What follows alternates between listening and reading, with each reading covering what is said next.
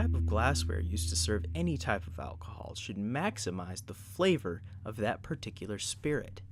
Some glasses are designed to bring out flavors on the nose, while others are meant to be used for cocktails, and then there are some that are just there to hold liquid. You probably know exactly what this glass is and what it's used for. A shot glass is how the vast majority of whiskey is consumed. It isn't used because it does something special. It isn't used for mixers or cocktails. A shot glass exists to measure out a mouthful of any spirit and then make it easy to put into your body as fast as possible.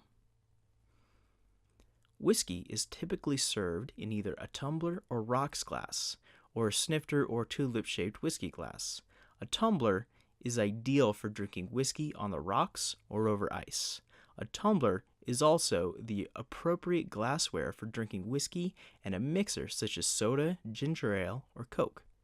A whiskey tumbler can also be used to drink whiskey neat or with a touch of water. The rocks glass is also used whenever the topic of fingers comes up in whiskey.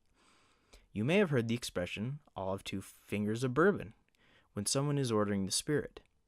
When you say this, you're indicating how much whiskey you would like to be served. Instead of a certain amount of shots or ounces, fingers is a less strict rule of thumb used to pour whiskey. All that a finger means is that you would like the bartender to fill the glass to roughly the height of 1 finger, if the finger was held on the glass. It's common to ask for 1, 2, or even 3 fingers. You then note on the rocks if you like it served with ice, or neat to get whiskey served without ice. A snifter is used to serve single malt whiskeys, Irish whiskeys, and single barrel bourbons that should be savored sip by sip. There are several types of tulip-shaped glasses. They all have a bulbous base and taper at the top. As indicated by the name snifter, the name of the glass is designed so the aroma is concentrated closer to the nose. When we think of the classic snifter, one like this brandy snifter comes to mind.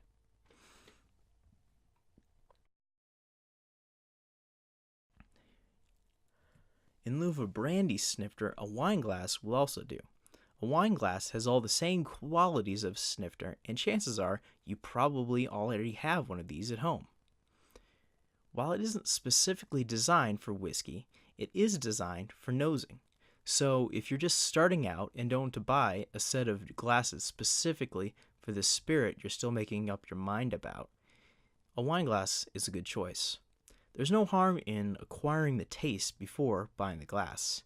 And even if you do decide to spend big and buy one other glass, it isn't a bad idea to try different whiskeys in different glasses, as bulbs of different sizes and shapes will release aromas in different ways, and you will be able to see why a glass is shaped the way it is, as well as having the chance to see something new in the whiskey.